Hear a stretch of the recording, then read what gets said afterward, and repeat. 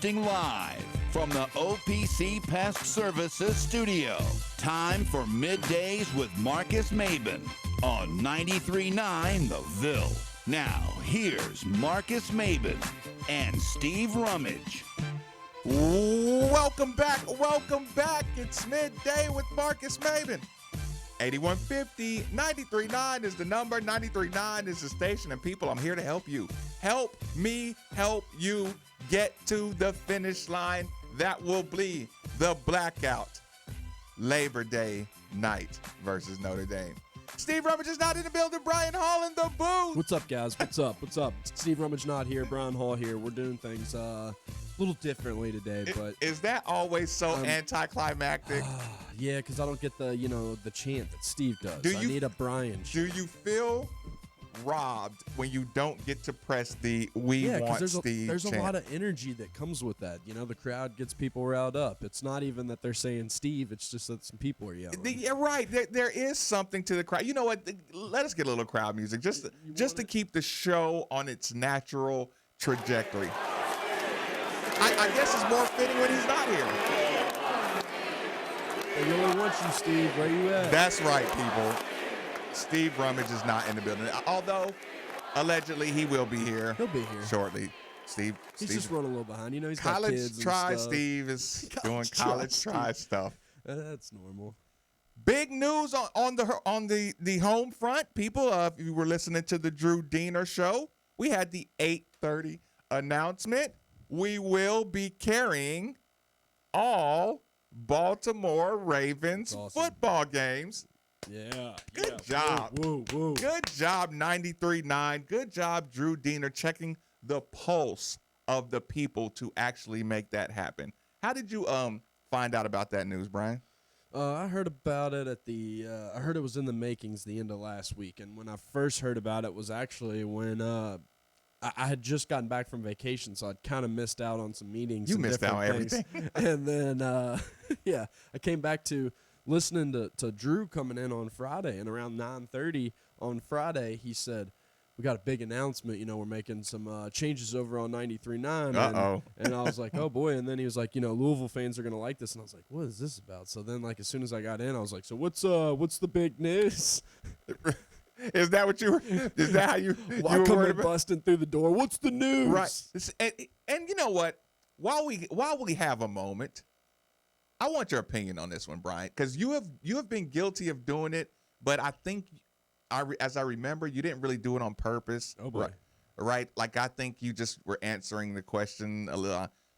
I believe it was it Birdhead Ryan that called in to Drew Diener's show this morning and said, well, I already know the announcement, so, congratulations, but it was before he had announced it, right? Oh, and God. I was sitting there listening like, don't do that. There's nothing worse than I know the big news. That's great. But I'm not telling, because it just it's so, again, I guess the word of the morning is anticlimactic. Yeah. Don't say you know the news before the news is announced to try to be that guy. Oh, I'm the inside man, so I already know the news. And I'm just feel like if you call, and I don't know who it was that did this, if we had the right name or not, I think but it was. Just in general, calling to say that you know the news is kind of just like trying to toot your own horn. Right. Like that wasn't okay. That I think. See, and one time I think the basketball court news. I think I might have peppered you with so many questions that you end up saying, well, I can't really play this one off because they told me yesterday what was going on. Yeah, so you were trying to pepper me. I was like, I don't really know what to answer these questions because I know what it is. Right. So I don't think you were intentionally. I know the stuff.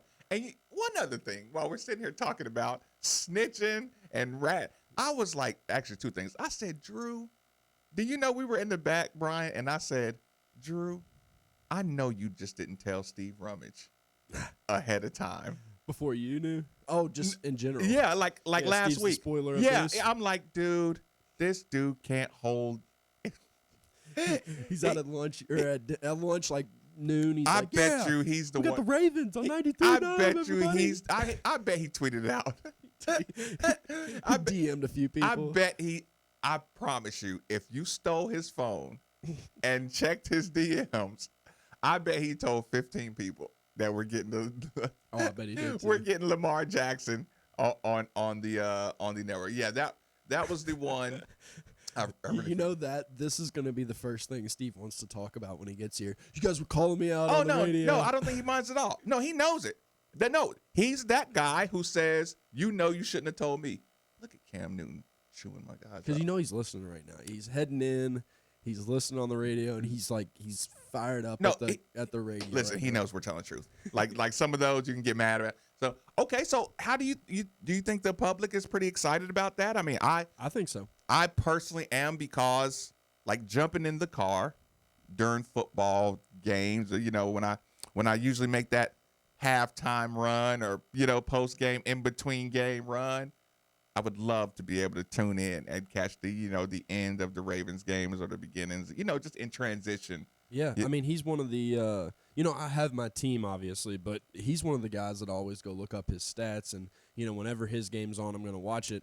And I don't know if we're going to get a lot of the regionally broadcast games on CBS and different things on TV. So it's going to be a way that you can keep up with Lamar Jackson all season long. And I think, honestly, it's kind of a mutual thing that fans can kind of agree on, like, hey, I have my team. Maybe it's the Bengals, maybe it's the Vikings, whatever. But I'm also a Ravens fan because of Lamar. Yes, and this is one of those honest moments. Kentucky fans like Lamar Jackson. He was not that Louisville player that really made you feel like he was rubbing it in.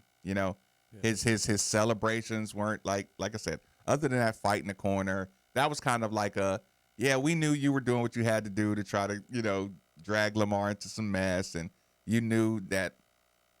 I mean, you got a chance to appreciate him as much as anybody.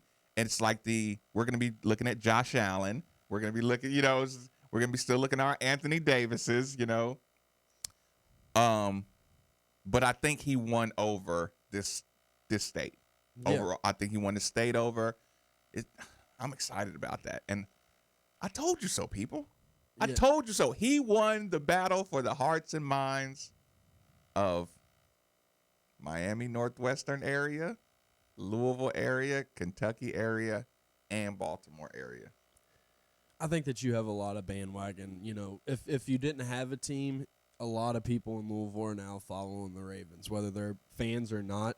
And I think, not to mention, he's one of the most exciting players in the NFL. So it's a game that even people that aren't fans want to tune in just because they want to see what's going to happen. Yeah, like I said, even if here's a highlight reel, man. Yeah, and here's the thing too.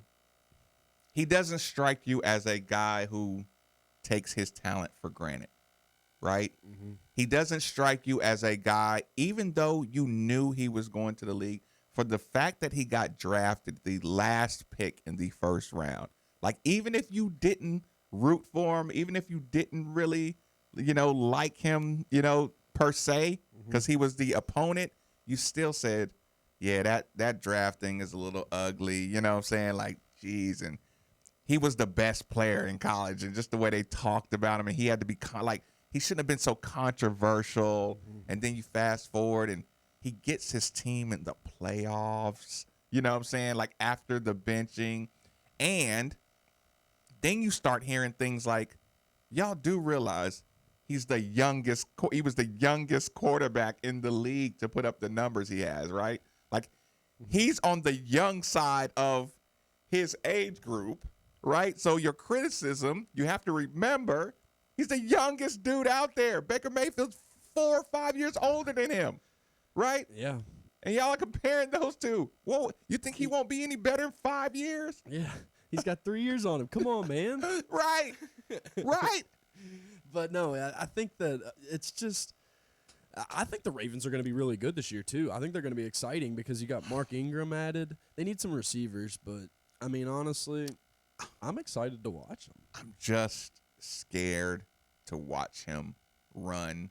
I'm scared to watch him run designed runs. Yeah. Don't run design runs.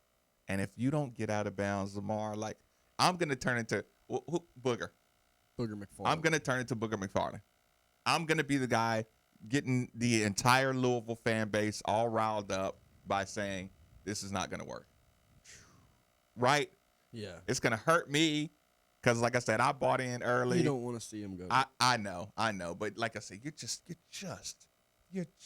too well-toned of an athlete. You know what I'm saying? He's getting bigger, stronger as the years go on, man. I don't want you taking that hit. He can do it. I think he's a man, dude.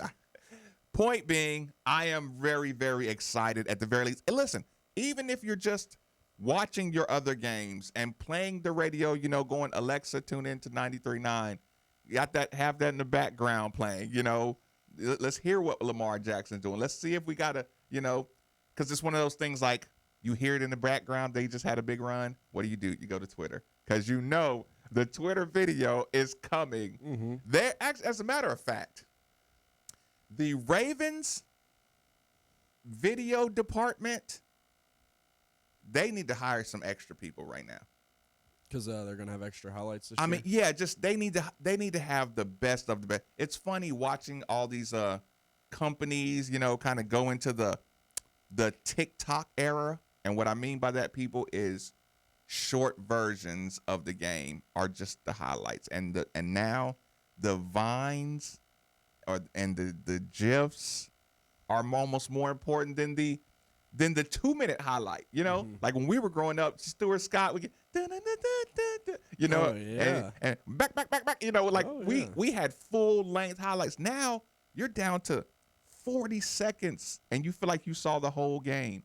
Yeah, I mean, you watch SportsCenter and you get 30 seconds. You get maybe 3 or 4 plays. But and that's the game. Twitter is even faster now. Yeah. They're faster. They're quick with the loops, quick with the vines. I just say, Baltimore, you get your department ready. Mm-hmm. Like I said, because that's a highlight we want to see every time Lamar Jackson makes a good play. Yeah, definitely. And the thing is he's probably gonna have one SportsCenter top 10 play every game almost. Yeah, I mean, that's the way he is. He's a highlight reel. He is a Zion level highlight reel for football. Yeah. Was that a hot take? I don't know. Kind of sounded like it, huh? It's all right. Sound like I've been planning. I'll go with it, though. Like I have been planning to use that one. It's a good hot take. Yeah. I'm going to compare Zion to Lamar Jackson. Equals. Right? Texter tries to correct me. Miami, Teddy is Miami Northwest. I know that. Like, what I'm saying is that Florida, Miami kid that's been watching Lamar does not mind going up to Louisville. You know what I'm saying? Not at all. And the last thing I want to say, even with Lamar winning people over, not having the traditional speech either, just getting more comfortable in his own skin, just, even when he kind of slips up and curses a little bit, you could tell his demeanor is nice. Don't you kind of like, I mean, when you take a step back and you're the University of Louisville and you look at kind of the two people representing us as in the sense that, Donovan Mitchell is kind of our best NBA player and Lamar Jackson is kind of our best NFL player right now. Those two guys, I don't know if you could pick out two better guys to be the faces of your what you're trying to get to come to Louisville. And it's crazy because they're opposites, but they're the same. But they're humble. They're both humble. They both come, I don't think it's gotten to them yet, how big of stars they are. And what I mean by opposites is Donovan is so polished, right? Yeah.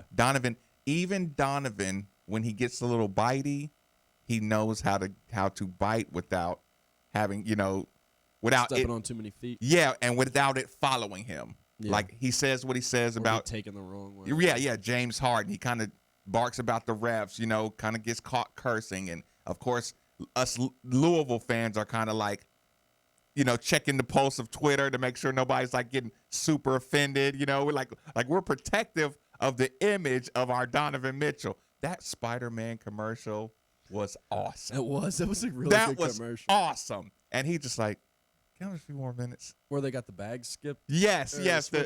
Right. With the actual Spider-Man. And he's just in there, yeah, take that. Can I just get a few more minutes? Right? There's that one. And Lamar being the unpolished, you know what I'm saying? Unpolished, raw, guy, and that means it's kind of like watching the blowback from Andrew Luck, right? There's some stink to the Andrew Luck thing because it's like, dude, you were a son of a quarterback. Stanford, 4.2 GPA, rich kid. You know what I'm saying? Like, and that's just the image. You know, that's the narrative, the story. Dude, how could you the fun, love? Your whole life has been fun. You know, like that's how we kind of looked at him, and we're just like, you don't have any problems. You know, like your money was there when you came out. Your reputation was it preceded you before you were born, right? You got your dad Oliver out here getting alcohol sales approved in the NCAA, right? Like, dude, you're the man next to the man. You better get out here and play some football for my entertainment. You know, that's how we treated him.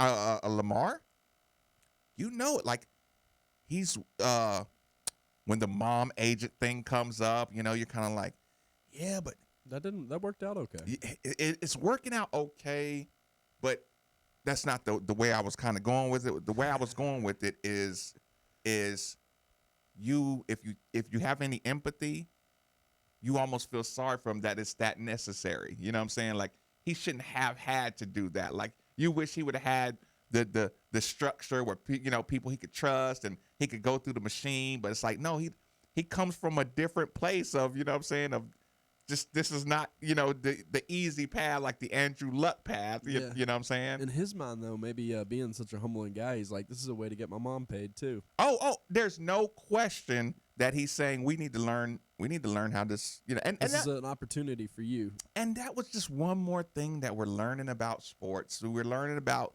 Luck, and we listen to Gronkowski, and we listen to guys who are retiring earlier, who can have a platform through social media. I don't need the networks. I don't need the reputation. Speaking of that, do you think that could become a trend down the road where parents become the agents a lot of the time just because it's a way to get them in the loop to get them paid? I could see that happening. It's not getting them in the loop. It's keeping the criminal out the loop. Yeah. What have we learned over the NCAA? We're learned that the agents are criminals. Yeah. We learned that these runners are absolute real-life federal criminals. They claim to care about you, Listen, but really they care about money. They siphon money through every shoe company, every angle possible. They siphon money, and then you end up suing them. You know what I'm saying? When you were supposed to had got some checks that you didn't get checks, and then the IRS comes for you for tax evasion, and then you say, I had a agent, taking care of all that. And then the agent says, nah, you owe $100,000, $170,000 in back taxes. And he's like, what were you doing? Hey, where'd that, wait, what? I don't know what you do with that money. Like, I never got that. You know, like I think, like I said, bringing the family in is more of keeping them out. I'm kind of surprised it doesn't happen more, though, is what I'm saying, just because, I mean, these are a lot of the guys when they first sign with their agent, they're 20 to 22 years old and can be taken advantage of by an agent, by the guy, being like, I know more than you. This is what we need to do. You know what? It happens so much more than you hear about, because basically any athlete, I would probably say, any athlete in the last 20 years, not any, let's say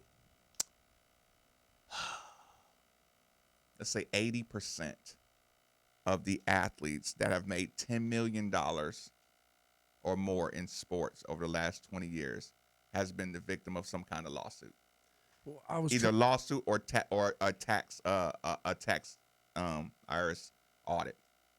I'm trying to remember what the player was, but it's part of the bankruptcy 30 for 30, but then there's also like another one where they kind of talk about agent scandal and just like being frauded by agents and being, scammed by them and just different things like that. Like smart athletes too. These aren't just the cliche kid from the projects who didn't know how to watch his money. Like when people say, "Oh, you got to go to college so you can learn to watch your money," college graduates are getting scammed by smart financial advisors and agents. The one example I'm trying to think of, and the name will come to me eventually, but it was an NFL player, and basically he had retired from the NFL and invested a lot of his money into this business, Housings, real estate. just different stuff, and it was a guy that was doing the investments for him, and yeah, it was basically just scamming him. Yeah, no, listen. And then he was out like $100 million. And here's the thing, people shake their head and they say, "Oh, that's why you got to, no, these are people who provide false documents. I'm reading my agent's documents that are handed to me. I'm reading my financial advisor's documents that he's prepared for me. I don't know that the number he put in for the, this account or something like that is really his social security number, and this money's getting wired straight to his account or his new LLC. Like real falsified documents, that happens. And everybody's always embarrassed about it. It's a very embarrassing thing to the millionaire athlete, because you know what? You turn into typical cliche dumb jock. Yeah. And every athlete has to fight, every top level athlete, except if you're Andrew Luck or a Peyton Manning or you're a legacy kid. You don't really have to fight that dumb jock quite as much, But most guys, when you get robbed by your financial advisor, you don't want to go on television and you don't want to talk publicly and say, this guy scammed me out of my money, because you look just as bad as, him. They're like, well, he probably just saw that coming. Or right. Or he probably just outsmarted you, and you thought, think about it. When you find out some guy didn't pay his taxes, right? Mm-hmm. What do we all do? We point our fingers and we say, what were you doing? Right. And then we find out he has a $10 million lawsuit against his former, agent. Yeah. Yeah. Didn't Kentucky have that? The guy from Bullitt County, Derek Willis. Didn't that agent he had some issues with? I think there was something about that. I can't remember. Well, a couple of players had dealt with the same financial advisor. Up there, but I'll have to look it up. But no, it's one of those things too where you're right. They're savvy businessmen too, the agents, and they kind of do nitpick at who they're going to target. Probably, I'm going to get the best athlete who maybe doesn't have the best education. And I'm going to represent them. Now, even if you don't say education, experience, he doesn't have the right circle around him of whatever it is. Right. Yeah. You're right. You handpick that guy. You say, no, this guy has some good lawyers. His dad's lawyer. They see the meat on the bone and they're ready. No, that's an absolute fact. So again, we went down a very, very long wormhole to reel it back in. Lamar Jackson will be. Welcome to 93.9 The Ville. Well, I know, and I'm looking forward to This is Lamar Jackson, and you're listening to 93.9 The Ville. Actually, I need to start doing that. When we get these guests on, I need to get what do you call it, drops? I need to get the 93.9 drops. Yeah, we could throw those in there. Which ones were you wanting? No, every time we have our guests in, we need to get the name. This is Vince Tyree. This is so-and-so and so-and-so. You listening to 93.9 The Ville. Have them record that so that we can put that back. Yeah, I agree. I never do that, and I always remind myself that's something we don't do on this station. We need to do. You hear it a lot on NBC Sports at night and different things like that. We've had Hall of Famers and championship winners and we could have had. This is Kenyon Martin, and you're listening to 93.9 The Ville. I really enjoyed that interview. That was one of my favorite ones I think that you've done. I really enjoyed the Kenyon Martin. Because he doesn't hold back. I know, and that's makes for the best interviews. Because having him on and just hearing him talk about his hate for Louisville on 93.9 was actually awesome. And everybody loved him. Think about it. As much as you hated Kenyon Martin, nobody got mad about that interview at all. Nobody texted in and get this jackass off the air. There was none of that. We could tell you hated us. Yeah. Kenyon Martin, I mean, I hate to say this on the air. He's a better version of Montrezl Harrell. I mean, they had that same tenacity. Just like I was afraid of. He was so much better than Montrezl Harrell. I was afraid. That's what I'm saying. And I was afraid of Kenyon Martin. Like as a fan, I was like, oh man, that guy's scary, dude. I almost had him, Brian. I almost had him. I can't believe that ball bounced off the back of the rim. You know, and then you could have said yes. Yeah. You know, I got this from the former number 1 overall pick. You should have seen the way you know what he did too? I'm going to go get the video. I think he did one of those Kobe, put your shirt over your mouth, like right when I almost caught him. It was like one of them, damn, who was, he almost got me. Right? I'll tell you what, people, hey, hello. Go ahead and take that. Hey, what's up? I was going to cut to a commercial break. Take that real quick, and let's see if we need to take it. It might be something referencing the Lamar Jackson. It might be something along the lines of the Kenyon Martin part of the conversation. Am I going to need to take that? Seattle Paul. Good one. Seattle Paul, thanks for joining us on Mornings with Marcus Maben. What's going on, my man? Man, you guys talking about Kenyon Martin. I had to jump on this. Oh, man. I was probably, 17 years old. Cincinnati comes to Freedom Hall. You know better than that, Paul. We don't do ages. You make everybody feel old. You can't do that. Oh, I know, man. The fire. I think me and you were about the same age. I think you were on the team. Cincinnati came to the house, Freedom Hall. Was there with a couple of high school buddies. And Kenyon Martin blocked a ball into, like, the 5th row of the lower bowl. And the whole crowd was, like, just covering up because we were all scared of Kenyon Martin. And Kenyon Martin would just look at the crowd and stare, and then people would just, like, duck and cover. And it was like... You know who was really underrated, too? Steve didn't remember. Do you remember DeMar Johnson? DeMar Johnson, yeah. He was, like, supposed to be Thuggins was one of his one-and-dones, right? He ended up being a one-and-done, right? Yeah. Oh, yeah. He definitely was a one-and-done. Like, he was. You could tell he didn't practice on his game at all. He was just good. Well, that entire team, I don't think practiced except maybe Martin. But I was talking that whole Cincinnati team that year where they should have been the number 1 seed. Mm-hmm. I don't think they spent any time on a basketball court, but every dude on that team could bench over 300 pounds. No, so they spent all their time in the weight room. That's it. No, that's an absolute fact, man. Paul, I appreciate the call. That was like one of the first. We're just gonna beat you up. They always had those players though, Danny Fortson, and then they had Jason Maxiell. And you know what? I guarantee. I know they lifted weights before the games. Like I bet you they did. Because you know how you see a guy and it's like, dude, just raging some listen, insane clown posse or something. That vein that's coming out your bicep is not natural. You just got out of the way. I mean, listen. During media days, basketball, look, we used to do the push-ups right before we take the team picture. Like I know the tricks, right? Mm-hmm. But they were at full vein bulge when they came out for the game, and I'm like, that's a weight.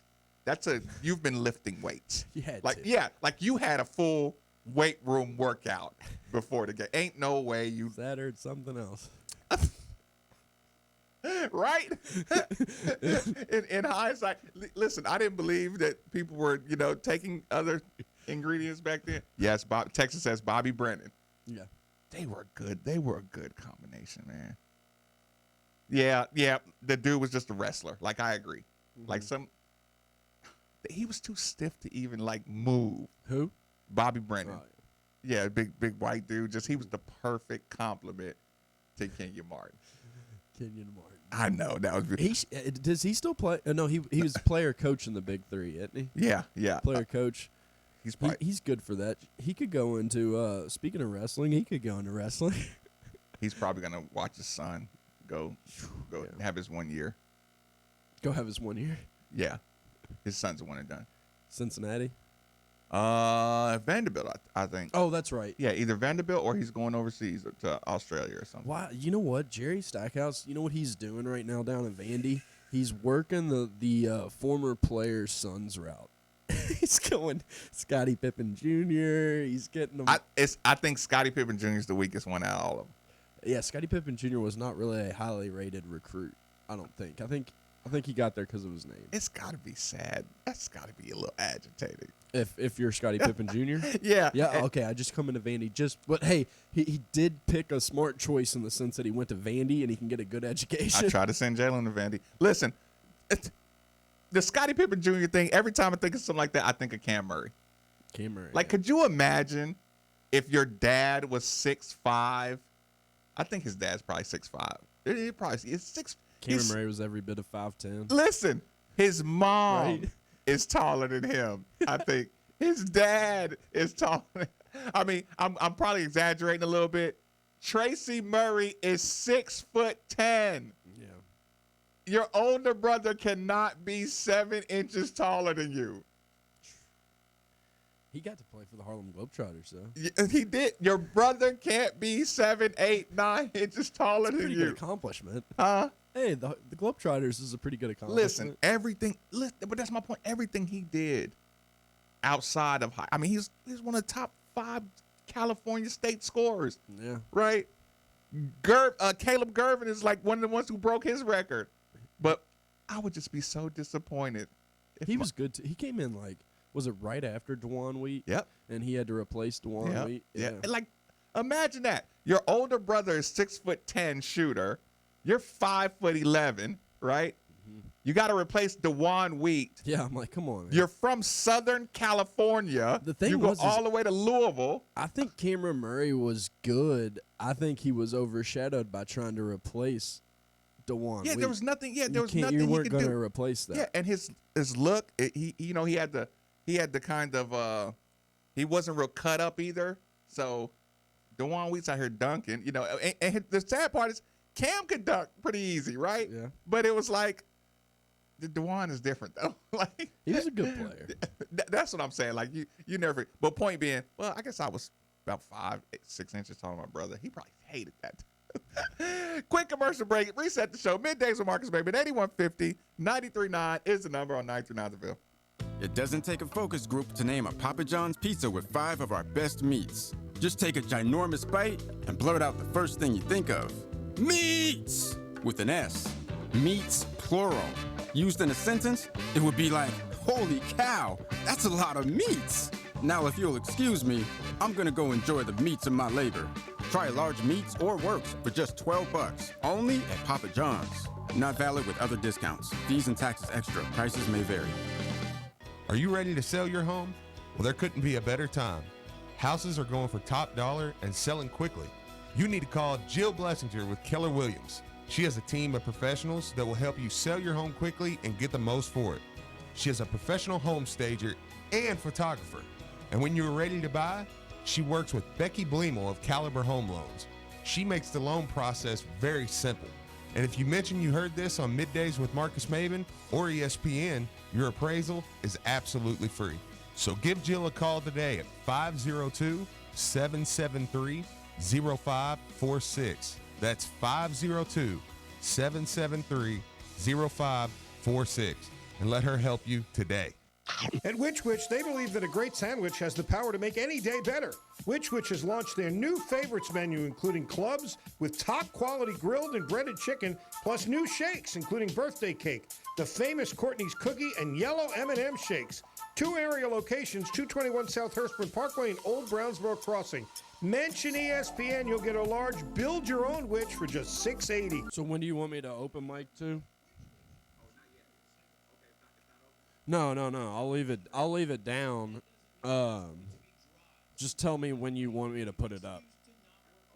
Take away any excuse making by visiting Fitness Market. It's a lot easier to hit the treadmill or elliptical when it's down the hall and not a drive to the gym away. I have a Precourt treadmill from Fitness Market, and I see firsthand why it's the gold. It's better quality than the ones I run on at the gym, and right now at Oh, really? Precourt treadmill Yeah, no, he's a super smart dude. started at $36 a month. Yeah, that's what they always say about him, is he didn't like to spend. Of the business on 19 years ago. No matter what your exercise needs are, Fitness Market will have the selection you need. From treadmills, ellipticals, rowers, indoor bikes, weights, to even e-bikes. Besides Precourt, you can find brands like Matrix, Kaiser, Spirit, and Hoist. Visit Fitness Market on Westport Road just inside the Snyder, or Plantside Drive and Waterson Trail, or online at thefitnessmarket.com. Most people probably hope they'll never need an attorney for something bad that's happened to them, but when you need one, the difference between a good one and a bad one can mean a lot of money. Sam Aguiar has helped our listeners, our company, and even our employees individually with cases. Why? He's responsive, asks the right questions, and is easy to talk to. But make no mistake, Sam Aguiar and his team are aggressive at making people pay what they owe you. So if you've been hurt in a car, at work, or anywhere in between, call their easy-to-remember number, 502-888-8888 or AguiarInjuryLawyers.com. Hey, this is Steve Rummage, and I have one question for you. What good is having that beautiful home with that beautiful view if you can't see through the grit and grime of your windows? Or every time you try to open them, it feels like an extensive workout. Let's face it, you and your home deserve better. That's why I'm here to tell you about Windows Plus. They have the best free lifetime transferable warranty, best installation in town, quality products, doors, windows, siding, and gutters. They've also been voted most efficient in 2019 and have an A+ Better Business Bureau rating, including all 5-star reviews, which means they're exactly what you've been looking for. So go visit them at 11501 Plantside Drive in Louisville, Kentucky, or call 502-494-0120. Again, that's Windows Plus, so make the call. We always have our focus around here at ESPN Louisville. Not focus with an F, but with a PH. Focus is our go-to drink when it's time for a pick-me-up around the office. Focus is We're going 45. sparkling water, so it's free of any of the bad stuff you find in sodas and energy drinks. The caffeine in Focus comes from green tea leaves. So pick up a Focus around Louisville at places like Kroger, Fresh Time, Lucky's, Rainbow Blossom, Piney Brothers, Paul's Fruit Market, or on Amazon. Focus, Phocus. Try it today. The world's biggest country music and bourbon festival, Hometown Rising, September 14th and 15th. Highland Festival Grounds, Kentucky Expo Center. Over 30 stars. Luke Bryan. Be proud of what makes your country. Tim McGraw. I love it. I want some more. Keith Urban. Little Big Town, Brett Young, Dwight Yoakam, Jake Owen, Brett Michaels, Lauren Elena, and more. For all the details, go to hometownrising.com. This is Drew Diener, and you're listening to 93.9 The Ville, live from the OPC Services Studio. I just didn't get that.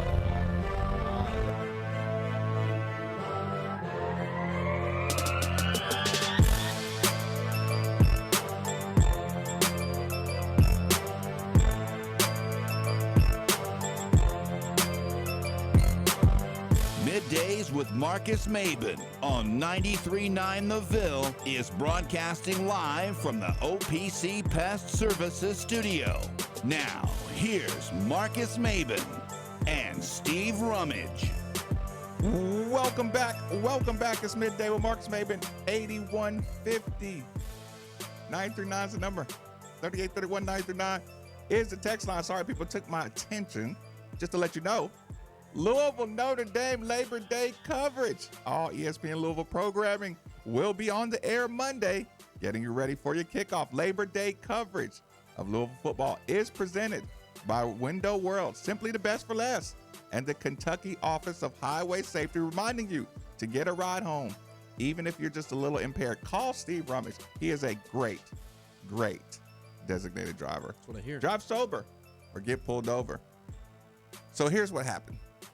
This morning, commute, breakfast time, listening to a little bit of the Drew Diener show, I heard a conversation. And every time I think about attacking a subject, I try to avoid being cliche. You know how sometimes we can predict who's going to be the hater and who's going to love it and why they're going to love it, and then you say, I don't want to be that. Dig right into your brain, Marcus, and just the first reaction to what they're saying, just go with that, right? Go with that. Don't think about it, anything. So here was the conversation, people. Players that have departed, incoming players, situations. Mark Blakenbaker and Drew Diener gave me a list of players that should be on the team, were on the team, whatever. And I just want to do this. Like I said, we're at the back end of the hour before I start a full subject conversation. 8150-939 is the number. 3831 939 text line. Fire away, Brian. What do you mean by should be on the team? Guys that have maybe transferred out, Transferred, left early, whatever. Yep. That could be on this roster if they stayed there full. Yes. So this is what I was doing.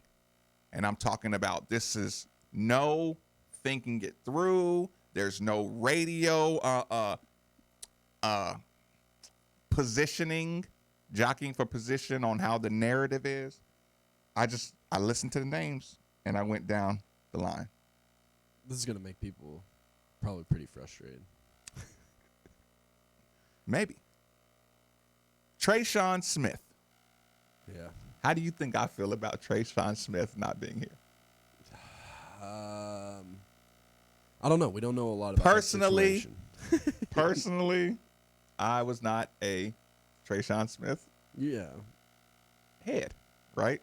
He got burned a lot. Kamari Averitt. Handful.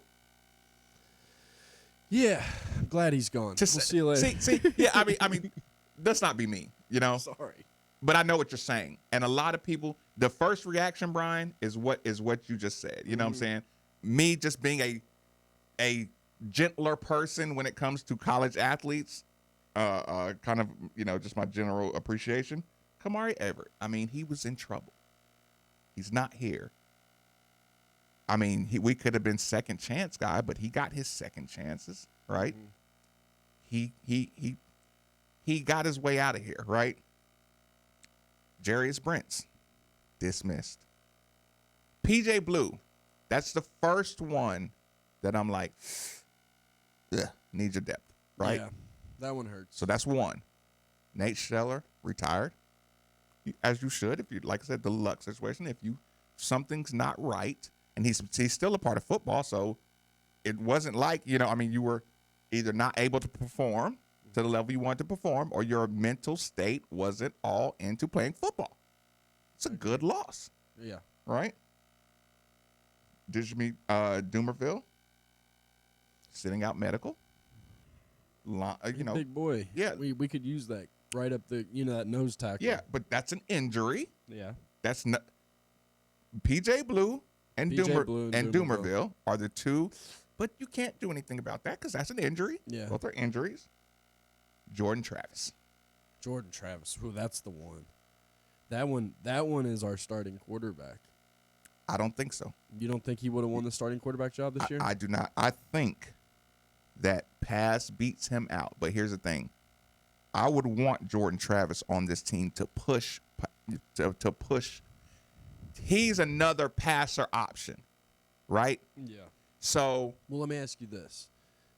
Pass as a senior, Travis as a senior. Who's better? Travis. I agree. Yes. I see. But you think Pass gets the head nod just because of experience? I think he's a little more like I think his ceiling is so high it's hard to move off him so quick. Okay. You don't want to give up on him too early. Yeah. You want to give him as many opportunities as you can. Yes, because like I said, if the ceiling is higher, Jawan Pass grossly underperformed and still, had some yards. Like I said, he looked great. I had this argument with Steve. His turnovers are what hurts, but he moves that ball, and he was plagued by a lot of drops last year, people. A lot of drops. And Bobby frustration. A lot of hurries. Yeah, I mean, he was getting smacked. He had a lot of big drops, right? Mm-hmm. The drops, I think, will get better. The question is will he have more time in the pocket? And again, he was reading a complicated scheme in the Bobby. These are things we got to admit, right? Mm-hmm. Jordan Travis, pure passer, but guess what? He didn't go beat out Blackman at Florida State for the job. And they won, 5 games last year? 6 games? It's a good point. He didn't. He should have been in the conversation if we were going to sit here and say he's going to be our starting quarterback. he should have been in the conversation at least to be Florida State's. That's what I'm saying. Like, were you scared of Blackman last year? Like, did you think he was a beast? No. Right? I know he's highly touted. We put his ceiling might be high. We put Puma Pass out there against Blackman, and Puma Pass probably performed better. Outside of the last play and the interception, Puma had a great game. I kind of feel like Puma Pass and Blackman are very comparable because they both came in as pretty highly touted recruits, expected to do big things that have kind of underperformed, but both teams don't want to give up hope on them because they do have a high ceiling or high potential. Right. So, like I said, in the one-on-one matchup, we felt like we had the better quarterback leaving the Florida State game, right? Yeah. So, don't let the Coach Satterfield or Frank Ponce not being overly joyed with Puma Pass or not pumping him up like Bobby Petrino did. Don't let that turn into he sucks. Mm-hmm. You know what I'm saying? Like, those are two different extremes. We're not extremely excited with Jawan Pass right now versus the dude can still play. Like, we just want him playing better because his ceiling is a lot higher.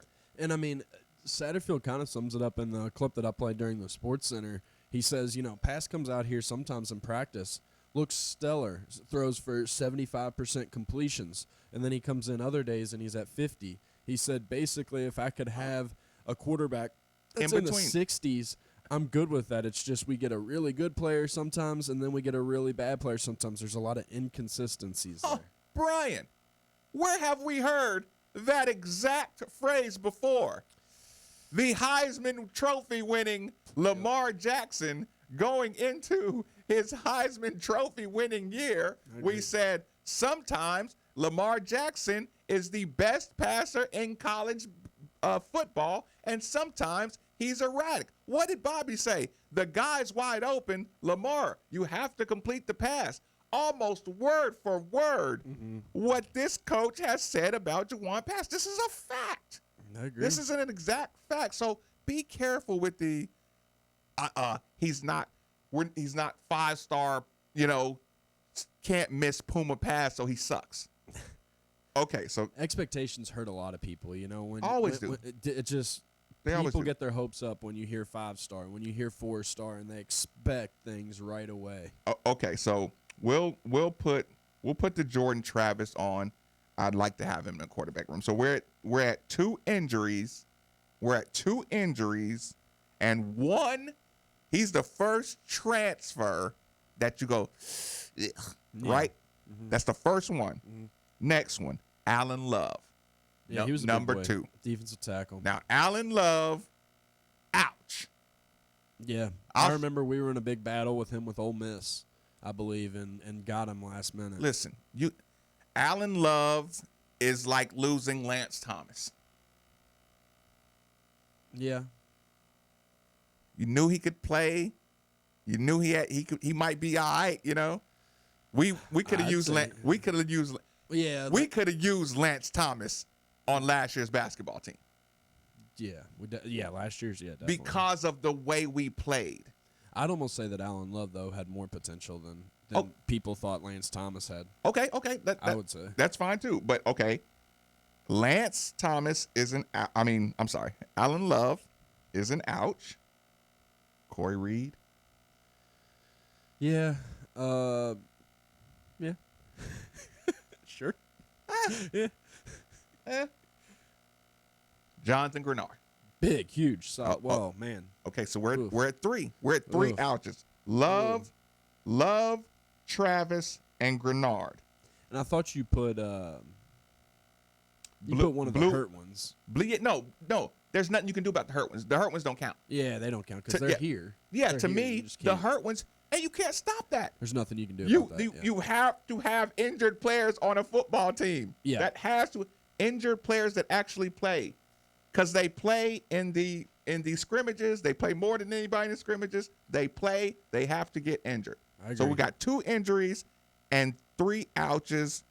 2 ouch. 1, I would have liked to have him. I would have, yeah, but. Right. But again, you're not beating out Blackman. No. And they went 5-8. Yeah, it kind of tells you something. Maybe we had a little bit higher hopes for him. Yeah. Okay. Trey Smith transferred to Wyoming. Yeah. So that was a grad transfer move, correct? Yeah. Okay. Marcus Riley. First thing Coach Satterfield says, we got too many wide receivers here. We got 15 wide receivers here. He had potential though. Of course he had potential. He was one that I thought could work his way into the rotation. I don't think in running back rotation or wide receiver rotation. Wide receiver. Either. I'd say we're comfortable at wide receiver. Yeah. Oh yeah. I'd say so too. The one place because the thing is he had a lot of talent, but he probably was going to be the fourth or fifth receiver. And honestly, I don't see him really getting past that point. Dude, he would have been on special teams. Yeah, he'd have been a star on special teams. I wasn't as high on him as some people were.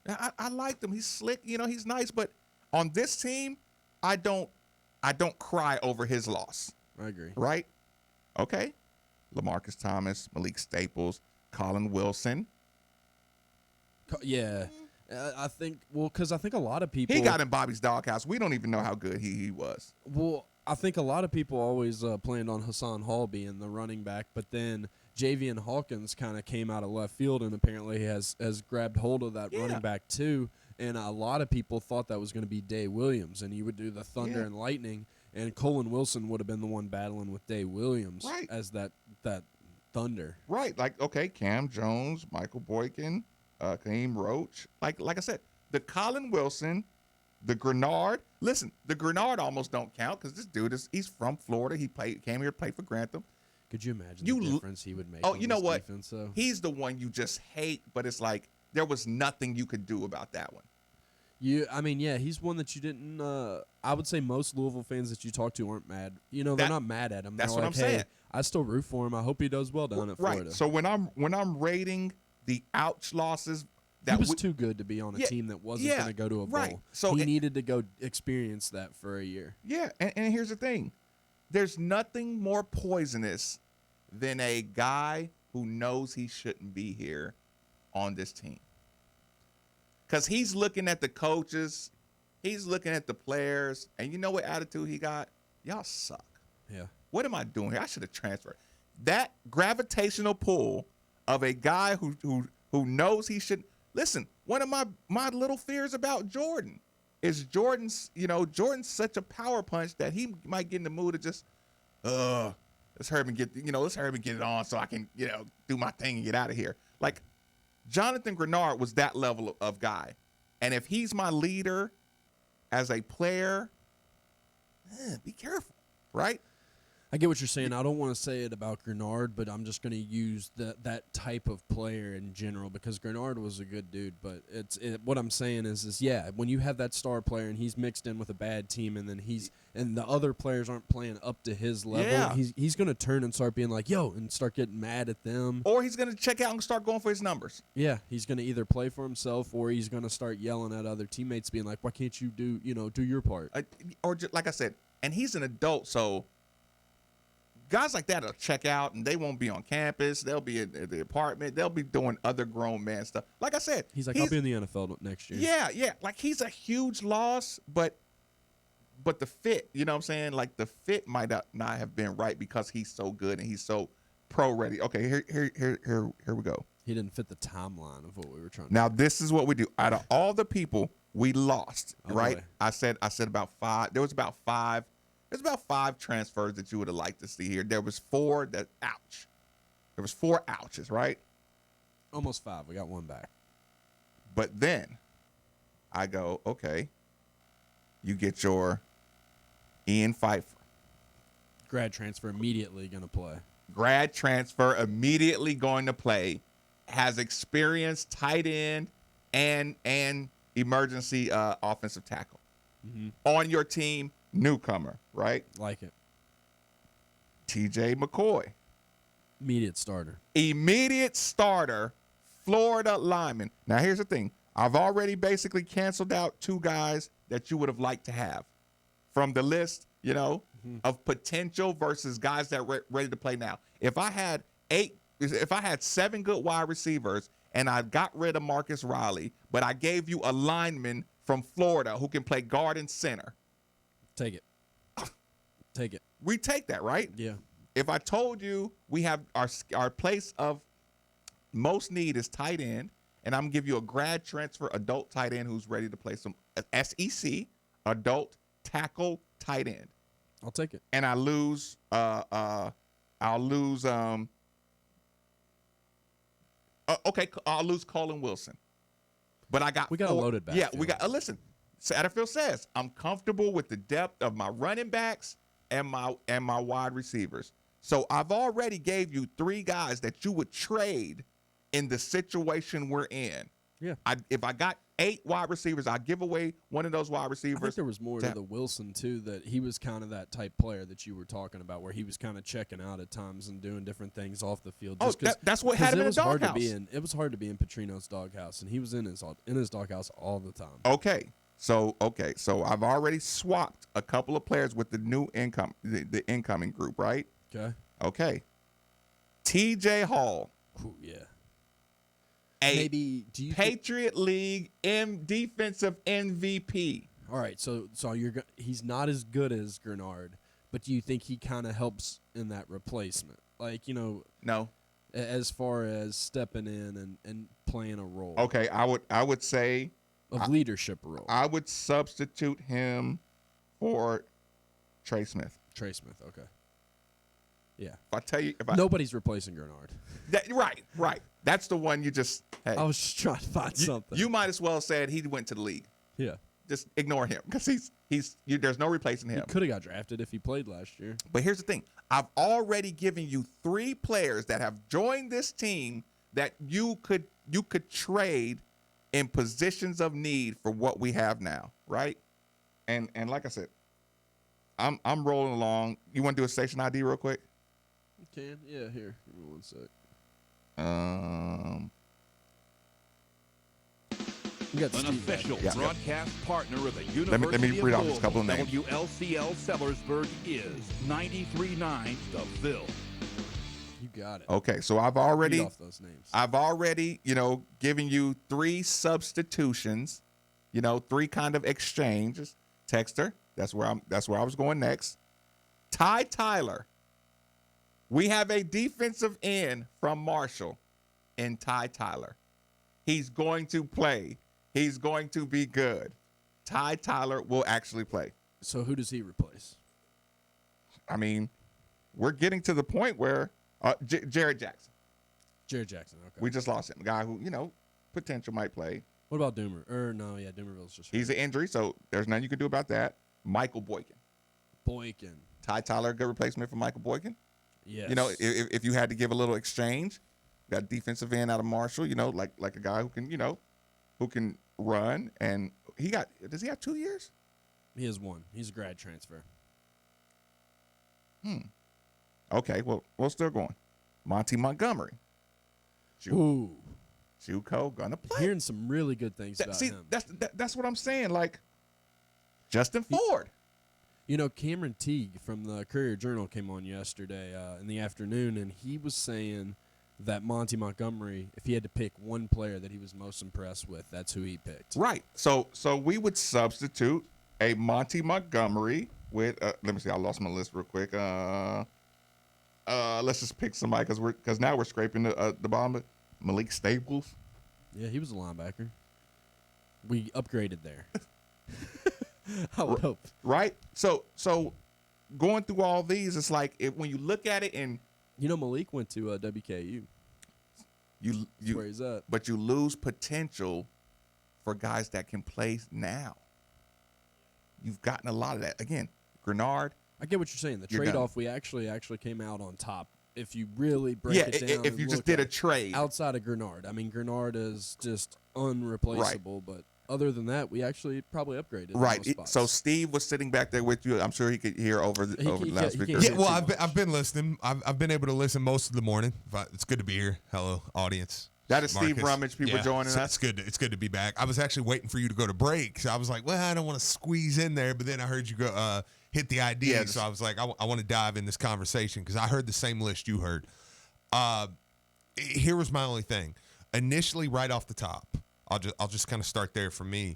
There was a couple names I immediately said, I said Jordan Travis for depth. Yep. You competition. Yep. Not depth, competition. Depth ain't competition. But that was a thing. I said Kamari Averett, which was off the team last year. Right. So I don't know how much I can count him. But when you have a team that has no tight ends, yeah, and to be fair, Satterfield talked about Jordan Davis being maybe a behavior issue. Maybe he comes in and he can deal with Kamari Averett a little different. Absolutely. Like you can say that was a possibility. Sure. But it's a behavior when you can't argue with the behavioral. Gone. No, and again, that was a last year thing too. But I'll count that since that's the list we're talking about. John Gernard, I heard you guys talking about. Obviously, that one you can't replace that. He'd have been probably the best defensive player on the team. Can't replace that. Right. That's fine. Okay. But he made his decision, and I think most Louisville fans support that decision. Mm-hmm. After that, though, is where it gets like I said, Allen Love. I was pulling in as you were talking a little bit about him. I agree with you 100%. That's the one name on there where I kind of go, man, I really think next year when Gigi Robinson was gone, he's your starting defensive tackle. I liked what he did last year on the team. That's a guy like Brian was mentioning you ran SEC battles with to get. He's a good player. Right. That one you go, Outside of that, I said maybe Corey Reed or Marcus Riley, but special teams. You have a ton of receivers. Jarrett Jackson, he entered the transfer portal last week because he was third on the depth chart. Right. So I'm supposed to go over a third string transfer who's and I like Jarrett Jackson. Right. I thought he would be a lot better than what he was. I mean, that's a kid you got from South Carolina. I mean, away from South Carolina. But I mean, he was a guy that left last week. I mean, this is a guy that went through the system with Satterfield, and it was like, you're not going to play very much. He went through the hard part of the think about it. When you get to game week, it's getting easier. Yes. So you're realizing your position. So unless you want to sit and wait on injuries, like that's okay. So my big question, and I guess let me say it like this so it doesn't sound rude, because obviously I'm a big fan of Blankenbaker and Drews and stuff, but I heard the same. Yeah, we can respectfully disagree. What are we accomplishing with the list though? And that's why I say the only way I can put that sounds a lot more rude than what I wanted to. No, because it's a great list. I mean, it's a perfect conversation for radio because it's a narrative. It's a narrative that you got your house cleaned in transferring, right? Maybe that's a better way of putting it. What's the narrative? Yeah. Yes. When you lump them all together, right? Mm-hmm. It sounds like you lost. A quarter of your team, right? Yeah. But when you have Marcus Maben, do a comparative analysis of what you've gained versus what you've lost, it turns into less of a narrative and more of a math problem. Yeah. And the math problem says, well, I think I might have won.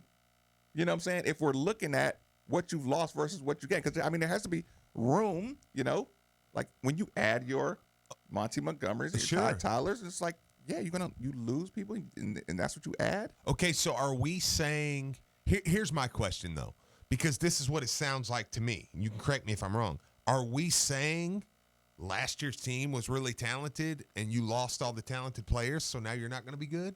Is that what is that the narrative there? Again, you lost one major player, right? Sure. The others were in competition. Just to put it lightly, yeah.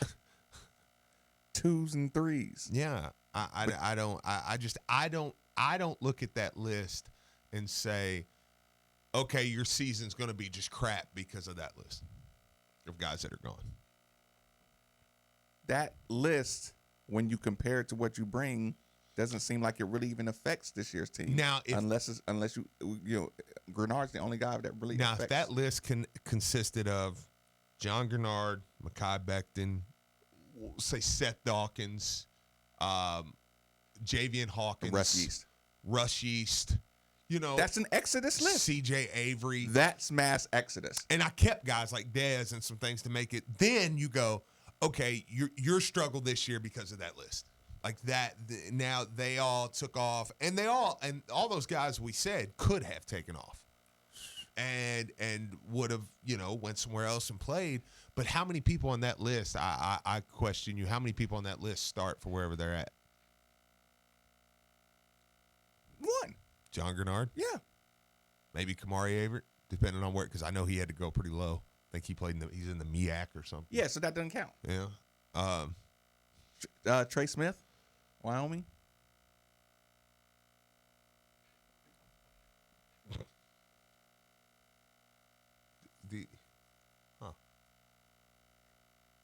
I couldn't. He's a kid. He's in school. He's doing his thing. Good for you, young fella. Not a Trey Smith supporter? You still mad at him? I would have been upset if he wasn't on the list. Are you still mad at him? Yes.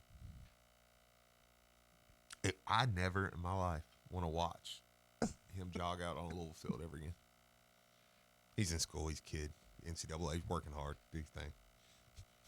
Leave it at that. We're going to have a code word for I want to bash this kid without bashing the kid. I know. Yeah.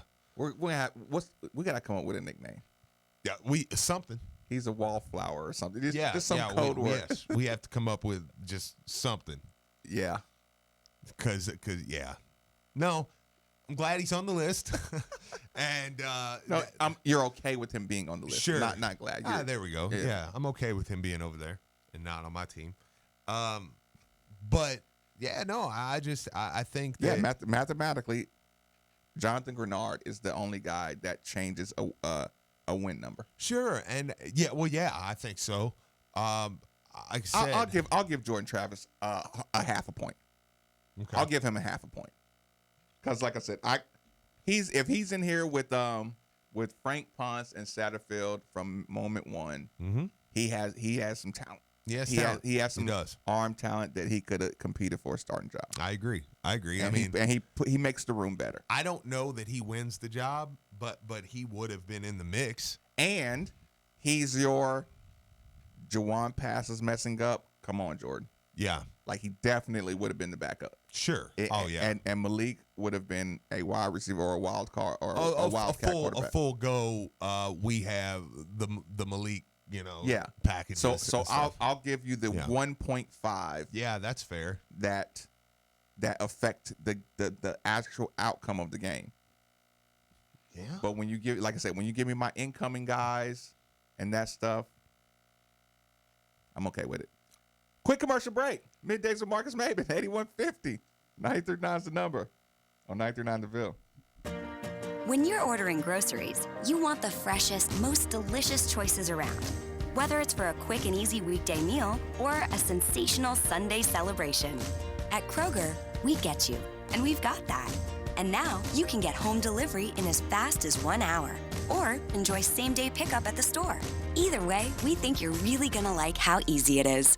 So order today on the Kroger app or at Kroger.com. Fresh food, low prices at Kroger. Here's what you missed on the Diener Show. Andrew Luck's decision, what was your reaction? What do you think of it? I mean, honestly, I was shocked. He comes back and has an awesome year last year, and then he's got this foot ankle deal. I don't know if we've gotten any extra clarity on it and the severity of it, but that training room life's tough. He's always kind of been a cerebral guy where it almost seems like, he's into football, but he's also into his books and his learning and this and that. I guess it just mentally took a toll on him. Weekday mornings, 7 to 10 on 93.9 The Ville, ESPN 680 and 105.7. The weather may be warm, but that doesn't mean that it's going to be dry. So don't let rain give you an excuse to not work out. Take away any excuse making by visiting Fitness Market. It's a lot easier to hit the treadmill or elliptical when it's down the hall and not a drive to the gym away. I have a Precourt treadmill from Fitness Market, and I see firsthand why it's the gold standard. It's better quality than the ones I run on at the gym, and right now at Fitness Market, you can get a Precourt treadmill starting at $39 per month or an elliptical starting at $36 a month. And if you need to get a piece of equipment serviced, their service division, the Treadmill Medic, is what Chris and Pat Wider founded the business on 19 years ago. No matter what your exercise needs are, Fitness Market will have the selection you need. From treadmills, ellipticals, rowers, indoor bikes, weights, to even e-bikes. Besides Precor, you can find brands like Matrix, Kaiser, Spirit, and Hoist. Visit Fitness Market on Westport Road just inside the Snyder, or Plantside Drive and Waterson Trail, or online at thefitnessmarket.com. Are you looking for a job in the lawn care industry? Bosch Lawn Care is looking for individuals experienced with landscaping and lawn care. We're looking for crew supervisors, as well as lawn care and landscaping and lawn care technicians who are skilled and motivated. With a competitive starting pay and a rewarding career outdoors, Bosch Lawn Care has an opportunity for you. Call us now to schedule an interview at 833-243-8288 or visit us online at BoschLawnCare.com. That's BAISCH LawnCare.com. Professional, affordable Bosch Lawn Care. This is Mark Ennis for Court Physical Therapy. Do you have neck pain, headaches, or plantar fasciitis? Research has proven that dry needling is helpful to release tension. Dry needling is not acupuncture. Court Physical Therapy has physical therapists certified in dry needling. They use advanced techniques to help you increase function and decrease pain. Dry needling is covered by insurance, and you do not need a referral. Schedule an appointment online at court.com. With over 50 locations, Court is close to you. Check out court.com. That's KORT.com. The annual men's soccer Battle of the Bluegrass is Tuesday night in the Ville and features a pair of top 15 teams. Join us at Dr. Mark and Cindy Lynn Stadium as the Louisville Cardinals host rival Kentucky at 7:30. There will be $2 food and drink specials, inflatables, and post-match autographs. Tickets start at just $6 and can be purchased online at gocards.com, or you can call us at 502-GO-CARDS. It's the Cards and the Cats, Tuesday at 7:30. Here's what you missed on The Drive with Mark Ennis. Joining us now, he is the men's basketball coach at the University of Louisville. He is Chris Mack, and he joins us here on The Drive. Last year, I remember in fall workouts and even over the summer that just the first time you're introducing something, you know, you're looking at 10, 11, 12 guys who are staring you in the face for the very first time and never really heard it. And to have 6, 7 guys with experience to be able to bounce ideas to the freshmen, I think it goes a long way. You know, you don't feel like you're the only voice on the team, and we're certainly going to be leaning on that experience this coming year. The Drive, weekdays 3 to 6 on 93.9 The Ville. An official broadcast partner of the University of Louisville, WLCL Sellersburg is 93.9 The Ville. Time now for an ESPN Louisville Sports Center update. Good morning, Louisville. I'm Brian Hall. The Sports Center update brought to you by Big League Haircuts. Play hard, look good. The Louisville football team continues to prepare for their opening day matchup against Notre Dame on Monday. And head coach Scott Satterfield met with the media earlier this week, and he talked about pass and his accuracy. He's been really good. I think he's had some days, a lot of days, where and we chart every pass in practice, where he's above 74, 73%. You know, he's had some days where he's down around 50%. You know, we'd like for him to be in at least 60, I think, in order to give us a chance to win. You know, there's times, man, he looks unbelievable, like really, really good. I think he got an opportunity to really have a good season and play well. The Louisville football team announced the captains for the Notre Dame game yesterday, and they are linebackers Dorian Etheridge and C.J. Avery, offensive lineman Tyler Haycraft, and kicker Blaine Creaky. In Major League Baseball news, the Cincinnati Reds improved to 62-69 on the year with an 8-5 win over the Marlins. Kurt Casilli homered and drove in 3 runs. And the Reds and the Marlins face off again tonight at 7:10, which you can catch on our sister station, ESPN 680. And last but certainly not least, 93.9 The Ville and ESPN Louisville had a big announcement earlier today, and it is that we are becoming an affiliate of the Baltimore Ravens. We will have all of Lamar Jackson and the Baltimore Ravens games right here on 93.9 The Ville all season long. Keep it locked here. Middays with Marcus Maben is next. This is Sports Center. This is Marcus Maben, and you're listening to 93.9 The Ville from the OPC Services Studio.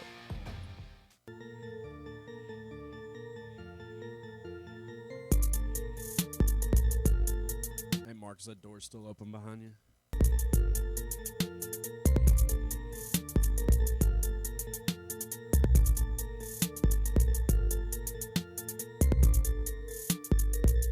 Middays with Marcus Maben on 93.9 The Ville is broadcasting live from the OPC Pest Services studio. Now, here's Marcus Maben and Steve Rummage. Welcome back. It's Midday with Marcus Maben, 8150. 93.9 is the number. 93.9 is the station. My man Steve Rummage crashed the booth just in time for his favorite part of the show. I love it, man, because it's Wednesday, and you guys already know what Wednesday is. It's Which Wednesday at ESPN Louisville Studios. Thanks to Jason and his team for bringing about Which to the ESPN Louisville studio. 2 great locations at Old Brownsboro Crossing or 221 South Hurstbourne Parkway. Which launched a new menu, including clubs and new favorites, along with the addition of top-quality grilled and breaded chicken. New hot and crispy crinkle-cut fries. They also have 5 new shakes to choose from, including birthday cake, yellow M&M shakes, and you already know, you can say it in your car. Everybody's favorite, Courtney's Cookie. Try the ESPN special. It's a large Which for just $6.80. Order online today at whichwich.com or download the app. Which superior sandwiches. So, the announcement that made it to the finish line, which I was absolutely amazed that Drew Diener was able to break the news, had it not been already broken by one Steve Rummage. 93.9 now will be airing the Baltimore Ravens games in their entirety. Excited about that? Very excited. Yeah, no, I'm very excited about it, man. I think that is a great move for 93.9 The Ville. So very natural fit. Yeah, absolutely. I mean, I tweeted it out. I was like, it's all Louisville all the time, man. That's the type of stuff I envisioned when I jumped on board with 93.9 The Ville. When we jumped on board with 93.9 The Ville and said, look, okay, we believe in what direction this is going. It was things like that where we say, okay, Lamar Jackson. The next thing is Donovan Mitchell. Yeah, right. I'm serious. The Utah Jazz game. Yeah, I do. I think it's huge, man, because here's the thing. Baltimore, I think I was listening earlier when it may have been you saying, like on Sundays, for instance, okay, I go to church about 30 minutes from my house or so. So, church is over, I jump in a car. I would love a Lamar Jackson game on. And if I know, hey, if the Ravens are playing, Lamar's on 93.9 The Ville. I know that, period. Every game, home or away. Any type of transition I make in my car, I'm going straight to 90. I know he's there. And NFL's the one that I think the one pro sport that people do consume on the radio also, too, with it being played on Sundays. Even with it just being played in the background. Again, people would sit around their house and go, Alexa, play 93.9 The Ville, having that in the background when I'm watching other games, and again, with me in particular, I like the idea of hearing it on the radio, knowing, go to Twitter. Yeah. Hot tail it to Twitter. Let me see the play with my own 2 eyes now. Yeah. So I don't have to wait and keep refreshing all day until I hear something like, the local TV stations. I'm curious about that text. Hit that pop and see if we can get that text before the end of the show. Yeah. Oh, here we go. To dump the Bengals and put the Ravens on. That would not be enough. Ideally, that would be good. I'm going to enjoy the Lamar Jackson experience. Again, battle for the hearts and minds. Lamar Jackson won 93.9, big winning ticket. And let me add, Brian Hall, who is our official sponsor for the Ravens? Do you know? Do you not know? I do not know. It is. I'm not gonna say it because I don't want to miss it. It's Liquor Barn. It's like I think it's Liquor Barn. I was like, I know that. I just didn't want to mess up. Hey. Yeah, because I sometimes get some of them confused. Fair enough. So here's the thing. Appreciate them jumping in on that too. It's a big deal. Let me say this now, people. And only 12 people in my DMs knew. I did well.